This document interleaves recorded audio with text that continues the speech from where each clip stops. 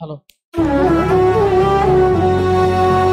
నోరుండి పలుకాలేని మాటే ఎందుకు, కళ్ళుండి చూడాలేని చూపే ఎందుకు, నోరుండి పలుకాలేని మాటే ఎందుకు, కళ్ళుండి చూడాలేని చూపే ఎందుకు. దేహంలో ప్రతి అవయవం దైవ చిత్తానికై సాధనం, సర్వమున్న చిన్న జీవులే సాక్షిగా ఉన్నాయి దేవుని కోసం.